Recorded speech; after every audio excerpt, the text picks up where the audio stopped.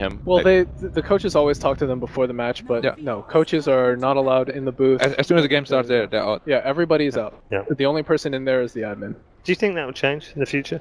We've seen it on any other games, haven't we? We've seen other games utilize coaches originally just as kind of mentors and people. Right. Then we saw them. They're allowed on stage, but they can't speak. And then they're allowed on stage, and they can have a headset, and they can be in the game. And now we've even seen them having their own PCs and their headsets as well, just to be able to see what the players can see. I don't that's like incredible in Dota. Personally, I don't like it either. Just because other games do it doesn't mean that we have to Absolutely. do it. Like having it in Dota fundamentally changes so much about the game. So much about the game now is about draft, it's about team composition, and then having a sixth person do all of that for you, and then everybody else just sort of almost, I don't want to say mindlessly play Dota, but to a certain extent, mindlessly play Dota. It takes away a lot of the strategic burden that players need to develop. Yeah, and those mistakes happen because teams are trying to think about the next step or their last hitting, and it prevents them to spend 15% of their brain power on watching when the range creep is hitting. Like mainly the minimap, nobody would ever miss a gang again, Yeah, or a hero that's on the very minimap. Like ever. If no one would ever happen, or the coach gets fired right away. And that person would constantly think about where everybody is.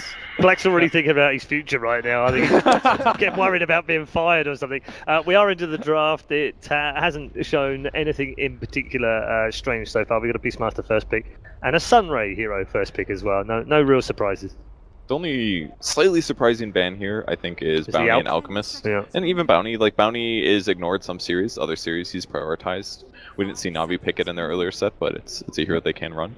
Well, I think since DC had second pick, they're like, hey, I don't want to ban the Beastmaster here. If we ban the Beastmaster, they're going to take the Phoenix, and then we're not going to get something really good in return. So they're like, all right, might as well ban something that's sort of whatever for us, like the Bounty Hunter. So if they get a Beastmaster, we get the Phoenix. And there's also an element of some heroes that teams don't want to play against, regardless of who they're playing. Yeah, and Phoenix here is quite good against Beastmaster. Beastmaster locks somebody down, kills them. If Phoenix is in the back line, as soon as it gets roared, you throw the Sunray down, and it gives them a chance to survive through that, and then essentially nullify everything Beastmaster is trying to do. I particularly like the Bounty ban too because as we already spoke about, they're a really aggressive team, and if you track one hero, you just have complete knowledge of the hero for 30 seconds, and in my opinion, that really shuts like aggressive actions down already. So like, they can't fake back or something like that. Yeah. Like you will know exactly what they're gonna do. Batrider on a DC. We saw a Batrider in game 1 for Na'Vi, of course. Yeah, that should be the move Batrider. Yeah, they've never played a mid, I think. No, and like DC never played a middle before. No, it's almost always a move Batrider in the offlane. Yeah. Sometimes he dies. Sometimes he doesn't. Yeah. You know, another thing about Phoenix versus Beast though is they do have the attack speed aura. And now with Venge, they've got a push lineup waiting to happen if they want to go that way. It's also a counter against Batrider. Really good against Batrider. It's a very versatile hero overall. Yeah. And it's also a pretty good Roche taking lineup so far. Navi. This was like the perfect setup for a draw lineup. They banned it right away. Yeah. But it doesn't even have to be draw. It could be Lycan. It could with those be two, Dragon Knight. Anything works. Like those two auras are just super strong to push. It's so perfect. Beast Venge here versus Bat. Like, I like the opening out of both teams so far, really. I mean, they're gonna have to deal with Beastmaster Hawk. I mean, they clearly wanted a Batrider regardless of the fact that Beastmaster is in the game, but Beastmaster Hawk plus swap, like this Batrider is gonna have a really tough game, unless they sneak something in like a support Night Stalker, like DC that is. They have run it before. They did run it before, and it's really good against the Beastmaster Hawk in general. But like, if they don't pick anything to complement, then the Batrider is gonna have a really tough time against those two heroes in particular. Yeah, I mean, I kind of like it. Because it'll give them so much more vision. It'll make their team fights a little bit better. It'll guarantee that Bat can do what Bat wants to do. Yeah. In a lot of cases. And they have like a tank liner for the Phoenix as well, for the Phoenix egg. Coupled with the mischance of the crippling fear 50%, this can really mess up a team fight for them. I worry if they do pick the Night Stalker though. I worry about what the rest of their team looks like. Typically, it's like a 4-position Night Stalker. I don't think Weehaw or Resolution could play it, but he typically doesn't play it. Yeah. And so, and probably Phoenix Night Stalker is really greedy. Yeah, that's super greedy. Yeah. We'll see what they do as they're into their bonus time now. Well, they banned the Lycan. There's so much time though. Yeah. You know, I think a lot of teams have been looking at second pick as like, all right, this is going to be we want to try and get something like a combo here.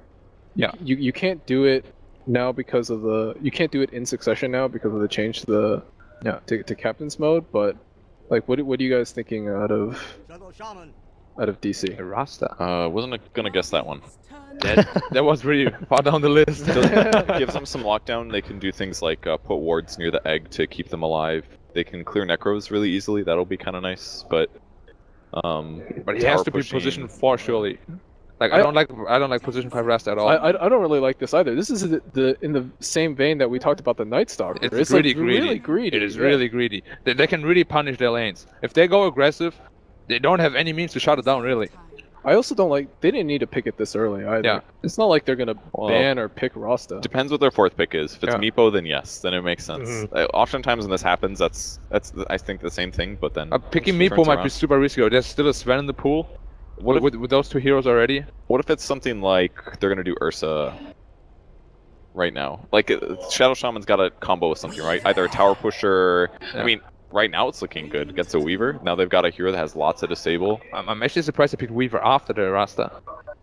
It's like not something you generally see. Geminate really good against the egg. They're picking Reaver into a Rasta and a Bat Yeah, Rider. it is very. a Man, little this is strange. suspicious, man. They must have a plan. It might be just like a comfort pick. They don't Yeah. because they don't know what Digital Chaos is going to do. They don't really see their cores yet, and so Weaver is like one of those can be aggressive, self-sustaining like cores that that scale into the late game. Yeah. That Skill's really good this game with Avenge and Beast too. But- Minus armor and damage Mhm. amp and all the things that Weaver usually lacks a little bit.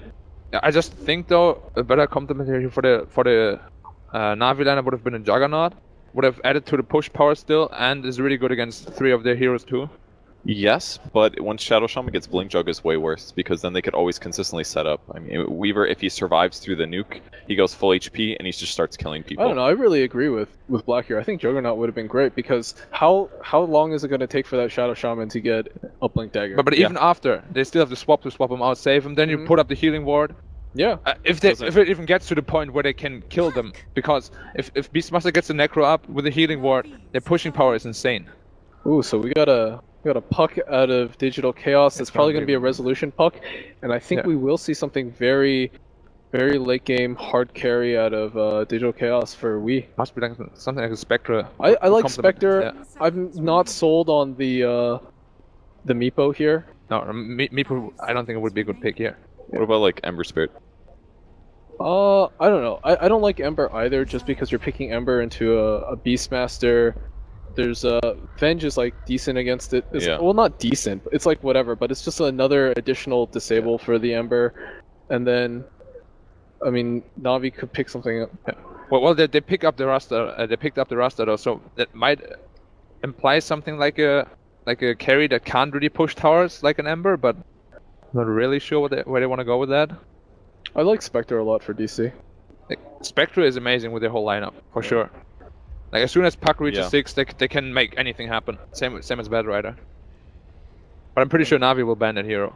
What do you think Navi needs right now to shore up their lineup? Okay, Well, that pretty much counters 3 of the heroes already. that's a great pick. I Yeah. like that a lot. It counters the 3 of the heroes right off the bat.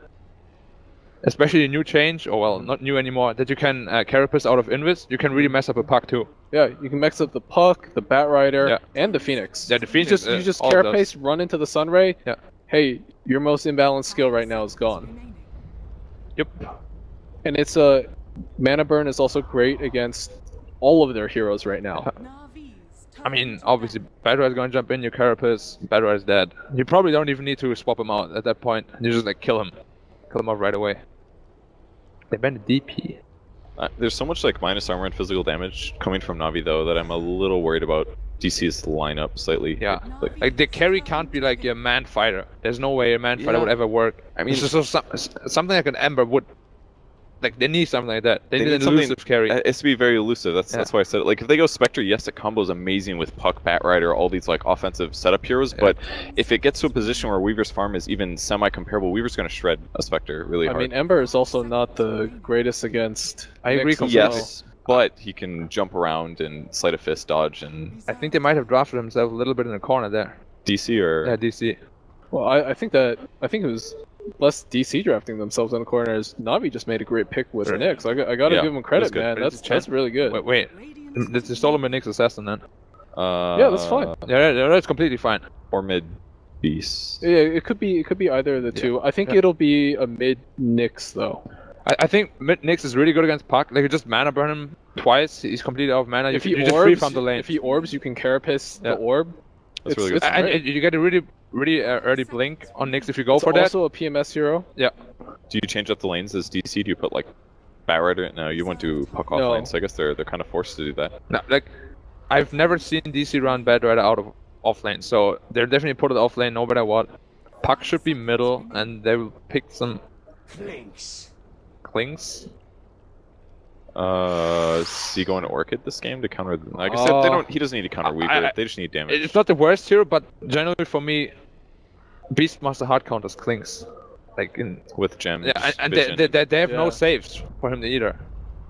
If that Clinks gets isolated, he's done. Like, the only thing they have is Phoenix Act, but they can just focus that down with the attack speed R like Okay, so immediately. it is a move Batrider, it is a resolution Clinks. We're going to go down the line. Just assess the draft very quickly. Charlie, which way do you feel it went? I feel like this is deja vu, but I like Navi's draft better. Navi, great draft, okay. Black? No, I agree completely. I think they're just gonna take the control of the game from the start and they won't let it go. Okay. I definitely do like Navi's draft. It's a lot easier to execute. The DC carries, it could work, I think, for DC. I think it all comes down to how well Shadow Shaman does. If he's behind, he's going to have an awful game, and it's going to really weigh down DC. Yeah. Alright, okay, thanks to all three of them. We'll hear from all three of our panelists again after game one, but time now to head to the commentary desk with Wagger and Capitalist. That's right, a surprise Nyx Assassin mid picked up by Navi is going to sway our analysts heavily in their favor, but I've got Wagga joining me. Wagga, how do you feel about the Nyx Assassin? The Nyx Assassin is really nice, but I want to always see a team with Rasta work out. You gotta give credit to DC for picking this, and pretty early as well. However, I'm gonna give credit to Navi. I think they have the stronger draft here. Just the Venge and Beastmaster along with Chen, that's a heavy push power. And I think they could take this game. All right, as we go down the line, see the beautiful faces of all of our players on their... That is I love perfect this one picture. for we. Yeah. That really is. That really is. Moo also. Look at DC that really, beautiful hair. giving some to the fans here. Oh yeah, they got their flair. So which team do you favor in this, draft-wise? We were kind of talking about the Nyx Assassin versus the Phoenix and how the counter to the Sunray. It feels like it's something that we've seen before. Not mid Nyx Assassin. We've seen offlane Nyx Assassin attempt to be a counter to that. And it feels like, yeah, it kind of sounds pretty good. It's more of the fact that the Nyx Assassin matches up really well against the Puck in the mid lane. It's a counter to the Batrider. I think it's all those extra things that Nyx Assassin does that is going to allow him to be one of the few times that he's picked up successfully as a core, and one of obviously the much more rare times that we're going to see him mid. He does not fit every game, that's for sure. And as you say, this is a great matchup against the Puck. The panel mentioned as well, the Carapace and the Mana Burn. It's just such a strong combination. Good aggressive wards here by Navi, by the way. Gonna help them zoning out move. Keep control of him on the offlane. The early attempt at a courier snipe. They actually have the Phoenix dive already going out, and he's got it in the bag. Tier 1 gives him some damage in return, but Saksa, one of the up-and-coming star support players, heard so many good things. He's one of those players who grind to 8k MMR playing support.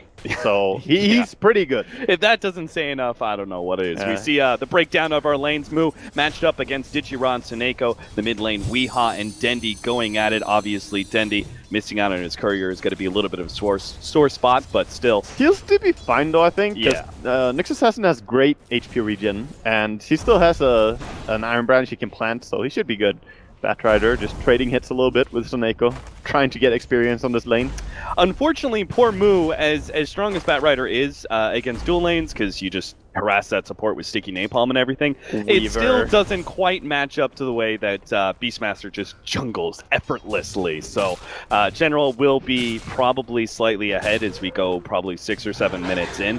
And as you said, kind of alluding to the Weaver is a rather dangerous hero in lane as well. We'll see if Misery is going to be a good pal and stack up some jungle for his Batrider so he can recover Weaver later, because yes, this top lane is not good for a Batrider. Against Weaver, you can't farm, you can't be aggressive. You cannot kill him. That's the issue. That's exactly the job of Misery right now, is he's going to be stacking up that hard camp. Yep. Very a good safe pal. position. And meanwhile, it's the Phoenix who starts pulling and getting some levels. The advantage still pretty heavily in Dendy's favor, 9 and 5 compared to the 6 and 2. Well, he should be slightly winning this farm, and being ahead in CS and having 4 creeps alive Yeah. is worth mentioning. Yeah, so he's actually very far ahead in CS, as to be expected. The question is really going to come down to, between these 2 tempo controllers, who's going to be more successful once we start getting into that phase where they have their levels and they're trying to gank those side lanes. And that will really determine which one of our mid players comes out on top. I just realized as well, it's Dendy playing Nyx against Weeha. Weeha is one of the players who did mid Nyx a lot. It's a few months ago, but he played that a ton. And very fun to see him go up against it himself here. Of course, that mana burn is making his mid lane quite miserable.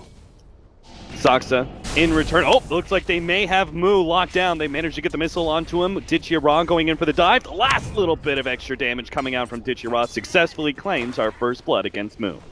Beautiful kill there, and that's gonna put even more momentum to this safe lane Weaver, who has great CS right now as well. I wonder if he's gonna go for the Orchid build here on Klinks, just because he's against the Weaver.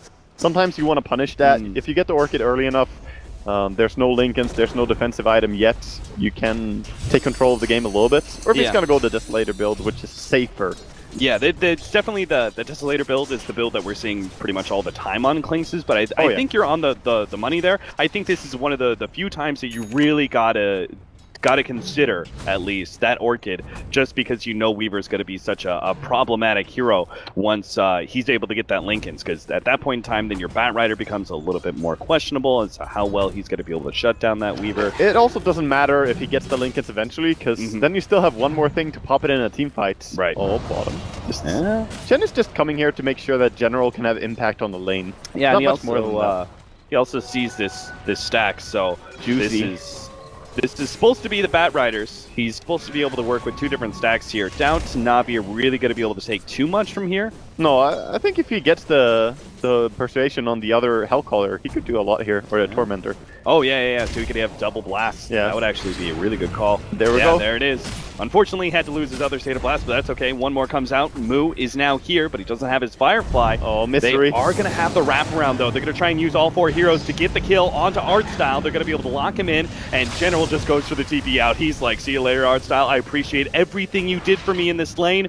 We helped do some damage to the Batrider's farm, but in the end, I have to let you be the sacrifice. Yeah, Bat is still pretty happy. He came down here and got experience with that kill. Nice sneaky stun from Taneko, but it's not going to be enough.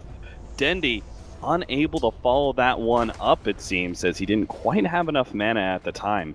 Yeah. With the combo stun. Still good aggression, though. I like Navi's rotations, but DC also responding very well to the bottom rotation by 10. And this is the power of Weaver, by the way. You can leave him alone. He's going to be fine on his own device here, and there's really not a single hero DC can put against him that's going to have a fun time. Yeah, as we're Misery was just attempting to get a little bit of experience, immediately punished by Navi. Yeah. You had to sort of expect that. When Taneko was just mid, don't know where he is yet, but there's a very big chance he comes up here and tries to fight with his Weaver. Now Moo cuts right back across. Doesn't want to be giving up this tier 1 too early, and he's already kind of farmed up his stacks, so he is going to be completing the Tranquil Boots. Looks like he's going to be going for that Tranquil Boots drum route that we've seen before from Batriders in the Chinese scene. What do you think about that build? It's a build that relies more on being tanky enough to run in, force the enemy to try and stop you, and still tank through the disables and the spells that they throw at you, and then get the lasso up. It's an interesting route, and of course you get very quick when you pop the drums, so for a few fights you're very strong. I'm not sure on it, but I feel like how it's it works. Particularly strong with the way that we've seen when teams are trying to be aggressive into a Batrider team. Instead of having that Blink Dagger, but instead having like the tankiness, allows you to be able to defend towers a lot easier. So Mako taking a lot of damage. He's got the send back, though. And no more fire damage is going to be coming out. So that's good. Finally, one gank at least that DC managed to make it out of there. Of course, They did live mid as well when Weeha ran away, but that dying or having to run back all the way on mid or dying is actually almost the same. Sometimes that time they invest running back to Fountain hurts you a lot. Counter ward already laid in place by the Radiant side. They didn't actually see that Klink's coming in, but Dendi easily protects himself. Not sure what the plan there was. With just the Dream Coil, there was always going to be a Spike Carapace and underneath the tier 1 tower. You cannot tower dive. You had your Klinks there for sure. He makes the early rotation. You want to put pressure, but you cannot tower dive a Nyx who's full HP. It just does not work out. And that's one of the things. Like, Nyx Assassin mid, that shouldn't be a hero that you feel the need to go for a dive onto him. I think this is the bigger part. He wanted to get all the way top. Yeah, and now Dichira is going to be lassoed up. That should be enough control for sure enough Moo to be able to get that kill and speed up that drums into a Blink Dagger a little bit later on. So that was definitely the kill that Digital Chaos needed to be able to find, and they successfully grabbed it. Yeah, now he can be up here as well and pressure the lane with the Klinks, and Weaver might be the one who doesn't find a safe home to farm anymore. That does mean... see Artstyle and his rotation here. Even though the smoke is coming in, they have not seen that, but they know Artstyle is coming. This is one of those classic things, though, about Nyx Assassin, right? Is that his movements are a bit easy to read, and him being missing from that mid lane does seem to tip off Digital Chaos. And they back away from the top lane. Resolution getting really close and personal here. He's just got hugging. The Dark Pact. He just needs a disable from one of his allies, the TPN, the Phoenix, and he's actually just hoping the Shadow Shaman will get close enough. Wee is actually going to be taken out in the mid lane, and doesn't seem like there is any go opportunity for... I wanted to mention about Nyx, his early rotations. As you said, when you're a mid Nyx, your rotations are really obvious. It's sort of like being a mid punch in a way. You can't really gank without the enemy team knowing that you are ganking. But Nyx can farm up some good items on mid lane. Get the Etho-Imps going, or even a Midas into Aghanims, whichever build you want to go down. Oh, gonna fight up against Misery here. He has some backup coming in. Dendi should be able to hit that stun, and Misery is going to be surrounded very quickly. They had to blow the Primal Roar for that one, but that'll be just fine for Na'Vi as they find yet another pickoff and still keeping a lot of pressure on that top lane. Still nobody from DC stopping the Chen and Weaver combo. They have the drums available now, and they're trying to go behind with the Klinks, but I wonder if they can catch anyone here. There's the Ensnare and Stomp as well. Alright, he kills off. Kill some creeps. Send back though, and looks like they've only gotten one out of that. Oh, they got 2 creeps. Killed the wolf and the... Oh, okay. So he's just forcing the Chen back. The push stopped, but that was still good tower damage. 1,000 damage to a tier 2 tower. That's gonna make Weaver's job a lot easier later on. And plus he rotated 3 cores from DC to that top lane, and it was pretty much unsuccessful. Of course, giving more space to Beastmaster, who is... Yeah, Dendi though gonna be caught out as Wrap comes in from DC.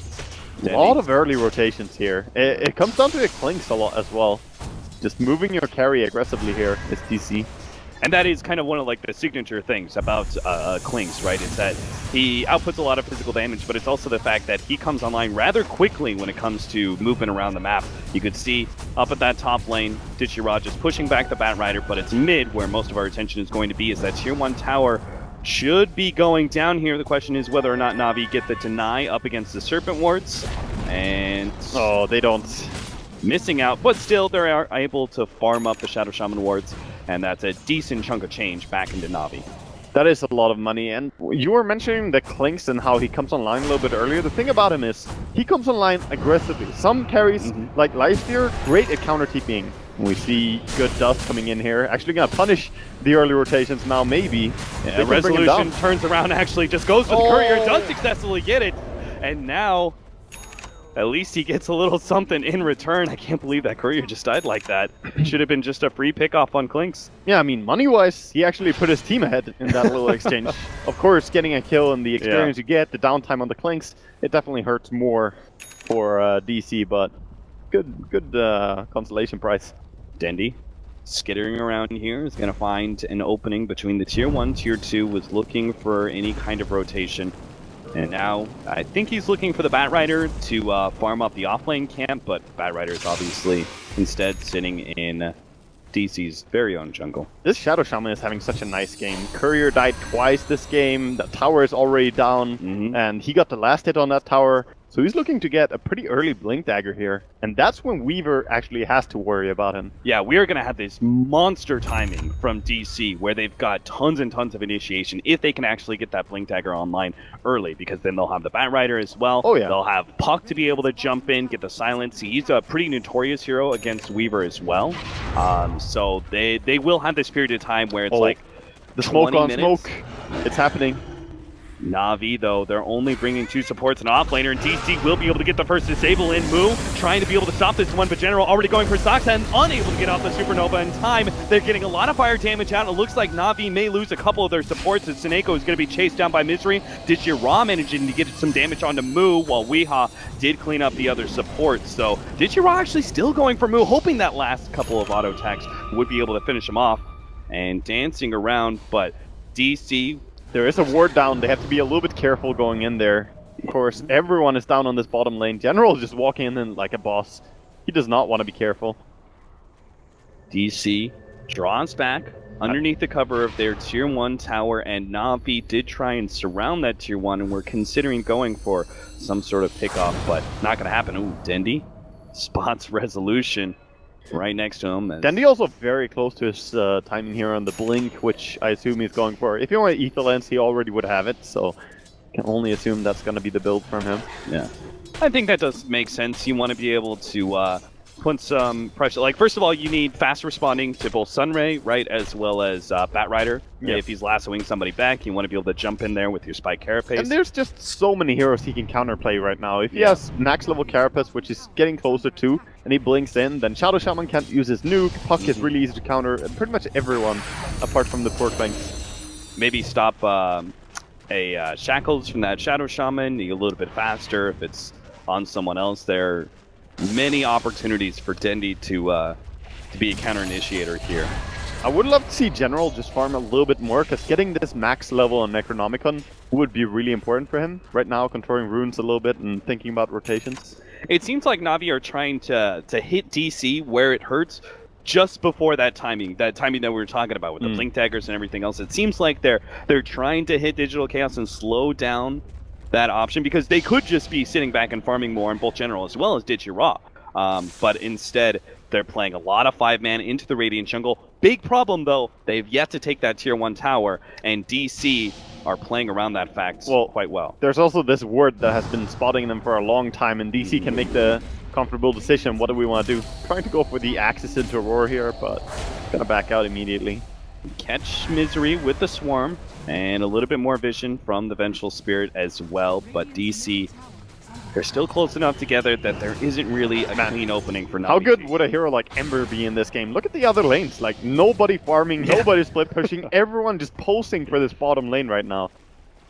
I feel like DC could have sent someone top and just be ready to TP down instead, but they're keeping everyone down here for a long time. Seems like they're going to give up on that bottom lane, and they do get caught on their way out. Misery is going to be the one-off, as now Na'Vi will be able to claim the Tier 1. Misery is their sacrificial lamb. It's always going to be him, but that's fine. As long as the rest are getting farmed and getting the items. It is a little bit sad for him to die when he could have had such an early Blink Dagger, though. That's okay. Dendi. Oh, this is a big pickoff. They could actually catch Moo here in the act of trying to farm up the Dire Jungle. It looks like that is the case. Moo just not gonna be able to get out. Swap to another right click. Ensuring it, yep. And Rosham being attempted at the same time, and that's a very fast Rosham. Yeah, this is definitely an early one. 15.5 minutes. This will give Dichira a big boost, because now he can play offensively, not have to worry so much about the heavy disables that we were saying Digital Chaos had to be able to counter Na'Vi. So it's about what farm is available to your team. Right now, Dichira can farm down here when no one else could have, and he could not have done that either without the Aegis. Yeah. But now he can pressure down here while his team controls the rest of the map, and they should be effectively out farming DC. yeah, and when he gets the Lincolns, that'll mean even more opportunities, right? To be able to split push aggressively or be more active Definitely. in team fights. As the Blink Daggers are quite delayed, the only one that's actually up yet is the Bat Rider Blink. And Puck, of course, going for the Veil first. Sabrasta dying a little bit. The smoke here on mid, though. Lasso. probably on the Beastmaster. And they get Oh, the gets the coil, check. and now the swap. They still have managed to actually maybe save Artstyle. Oh no, don't tell me Digital Chaos. They're trying to run down these heroes. They will be able to get Artstyle, but now the counter comes out for Na'Vi. They manage to get the stun onto Weehaw, comboing him down, and might not be able to escape as they manage to get the phase shift up, but no, he gets the right click in. General managed to pick up that killing spree. Na'Vi have lost 3 though, and DC just keep on moving forward. It's now they're going to be able to catch Dendi as he tries to retreat with Na'Vi. his Vendetta, and it's just not quite enough. The spike airbase is not enough to keep him alive. The burn damage from the bird and the bat is enough to get the triple kill to Moo. Holy crap, he just got so much gold out of that. There was a massive miscommunication on Na'Vi though. They went Yeah. in with the Aegis Weaver in the backline to kill the egg. If he had one single hero helping him, a single auto attack on the egg, he would have killed off that Phoenix. But instead, he was then left alone against the Rasta, the Batrider, and the Phoenix Sunray. He just died. So I mean, Aegis lost and died afterwards. Let's look at the way that fight initiated. One man Dream Coil on Chen, Lasso also on the Chen. Yeah, and Like Swap. Yeah, like And Swap saved it. So. at that point in time, you could probably just give up the Chen and be like, all right, sorry, buddy. You know, they use double ultimates and call that a win. But Na'Vi trying to fight that one out unsuccessfully as the successful Supernova does turn the tides to the favor of Digital Chaos. Na'Vi, though, not going to be putting too much here on the brakes. They're going to try and keep on going. Catch Resolution, no mana already, and no hope to escape. No way out. You can't underestimate Na'Vi even after they died. Their triple kill, of course, really nice for Moo. But they have Blink Ether Lens now on Nyx all of a sudden. And this Beastmaster with Necro 3, that's really powerful. The towers are gonna take a lot of push from this. In Digital Chaos, their composition is much more team fight oriented, and in that case, Na'Vi will have a lot more opportunities to be able to split with heroes like the Beastmaster and even the Weaver once we see damage item picked up for him, which I was presuming was going to be the Desolator as soon as he finishes that link. Oh, yeah, most definitely it should be. He could go for something else if he wants to. He could go for Maelstrom or something if he wants attack speed. Being able to proc on both the attacks is pretty nice as well. But I think Deso is the safest bet here. Yeah. So they got the mid tower, they got some damage done on the bottom tower, but more importantly, Na'Vi are right now controlling where DC are moving. And they got a good aggressive ward as well. See if they can keep that or if it gets dewarded. Combined with the Hawks, I think Na'Vi is kind of one of those teams where if they do manage to get some control on you like this, it's worth making the investment into a gem just because you know they're going to exploit your position. Fortunately, that kind of ward ever so barely managed to find that. I was really close. Yeah, it was on the edge. They smoke up immediately afterwards.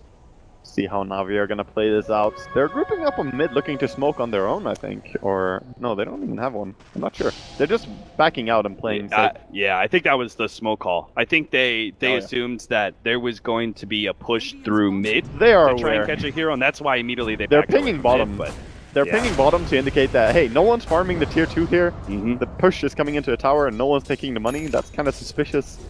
And that's why it's always key to try and push out the lanes before you go for that smoke. Kind of serves as just an alarm. You see a tower being hit on the enemy side, and you're just like, they're not defending that. What's the deal? It's got to be a smoke. Can I just take a second to mention? I can't believe how farmed Artstyle is. How does he have 102 CS in this game? He's been pushing a lot of different towers. He's died 3 times, and still he's up there with Chen. He's going for that Aghanims. He's 1740 gold off. Artstyle Not Chen, too man. far. Artstyle Chen.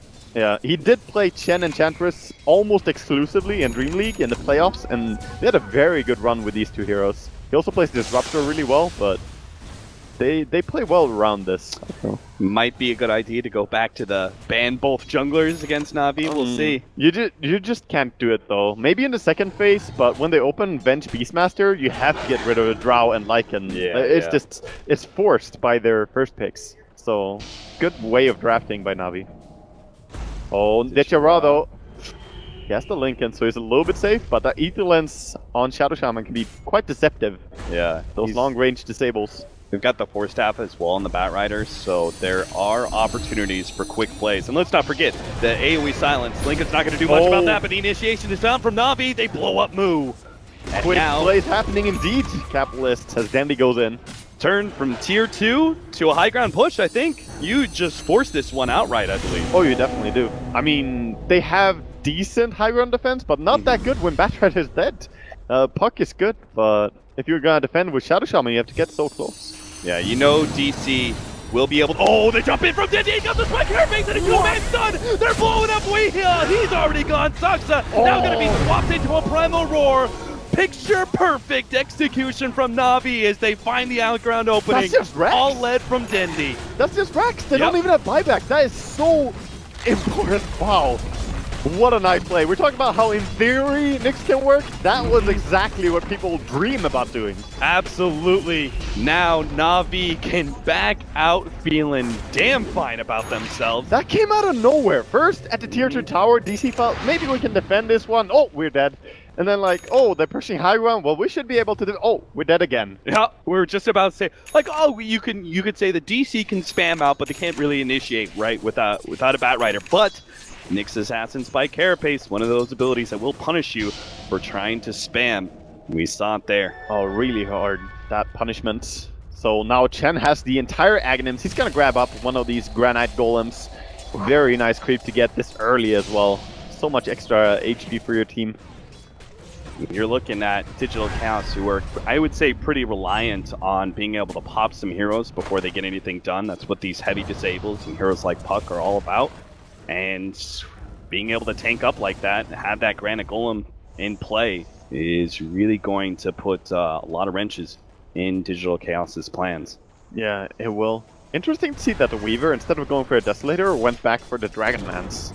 Just the extra range, good stats from it. I mean, it's an extremely effective stat item. Dendy, he already used the Spike Carapace, but unfortunately our Puck is just a bit too far behind to go for a solo kill like that.